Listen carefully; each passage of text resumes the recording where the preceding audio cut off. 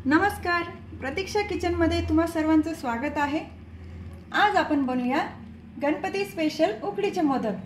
त्यासाठी आपल्याला लागणार आहे उकडीचे मोदक बनवण्यासाठी 1 वाटी मी खोवलेलं खोबरं घेतले, ओलं खोबरं, अर्धी वाटी गूळ, 1 चमचा वेलची जायफळ पूड, 1 वाटी तांदळाचं पीठ, अर्धी वाटी पाणी आणि अर्धी वाटी दूध। दुधामुळे मोदक छान पांढरे शुभ्र होतील। आता आपण सारण करायला घेऊया। 1 चमचा साजूक तूप घ्यायचे। तूप गरम झाल्यानंतर त्यामध्ये खोबरं घालायचे। खोबरं आपण खोवून किंवा किसून घेतलं तरी पण चालेल। सर्वात आधी 1 मिनिट थोडं फ्राय करायचं।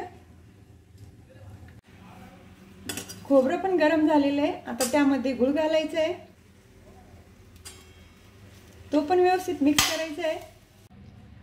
खोबरं आणि गूळ व्यवस्थित मिक्स झालेलं आहे। आता गॅस बंद करायचा आणि वेलची पावडर टाकायची। वेलची आणि जायफळ दोघं पण एकत्र मी दळून घेतलेले आहे साखर टाकून। आता मिश्रण आपलं तयार झालेलं आहे। आता आपण मोदक करण्यासाठी कणिक भिजवायला घेऊया। कढईमध्ये पाणी गरम करायला ठेवायचं। त्याच पाण्यामध्ये दूध पण टाकायचे। 1 चमचा साजूक तूप घालायचे। दुधाला उकळी आली आहे, त्यामध्ये आता आपण तांदळाचं पीठ घालायचे।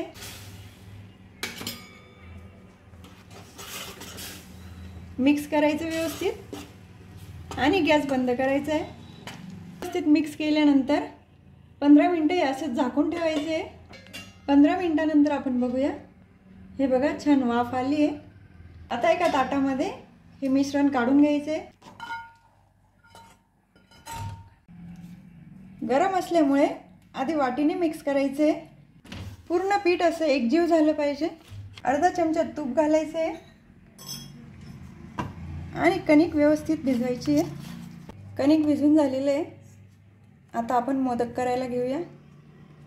असा गोळा घ्यायचा, आधी तो छान मऊसूत करून घ्यायचा। त्यानंतर थोडं कोरडं पीठ लावायचं हाताला। या पद्धतीने तयार करून घ्यायची। छान तयार झालेली आहे। वरच्या बाजूने पातळ आणि आतमध्ये जाडसर ठेवायची आहे।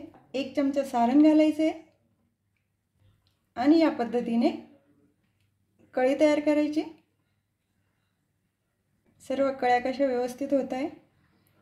आपलं कणिक पण छान झालेलं आहे, त्यामुळे कळी व्हायला काही अडचण येत नाहीये।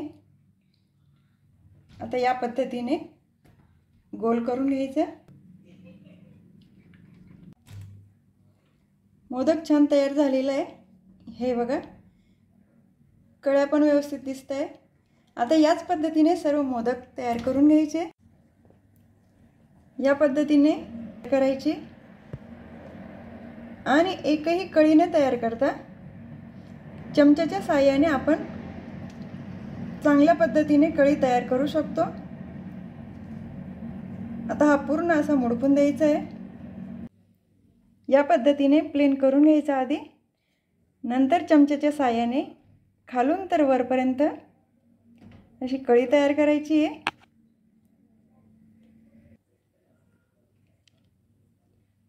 हे बघा किती छान दिसतोय। अगदी साच्यामध्ये केलेला मोदक जसा दिसतोय तसाच आपला मोदक तयार झालाय।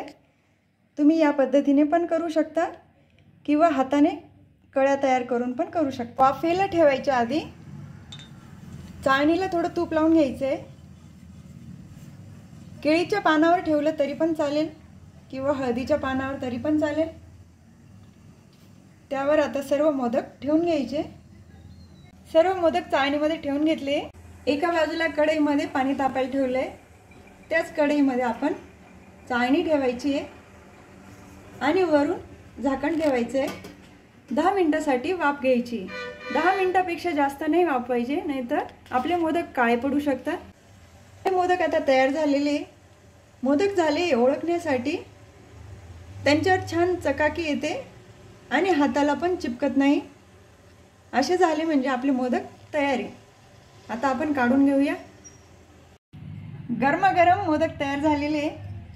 त्यावर साजूक तुपाची धार घालायची आहे, त्यामुळे मोदक खूपच छान लागतात। आता एक मोदक आपण फोडून बघूया। हे बघा किती छान दिसतोय, अगदी बघताच तोंडाला पाणी येतंय। या पद्धतीने तुम्ही नक्की करून बघा। तुम्हाला जर माझी रेसिपी आवडली असेल तर माझ्या व्हिडिओला लाईक करा, शेअर करा आणि सबस्क्राइब करा। बेल आयकॉन दाबायला विसरू नका।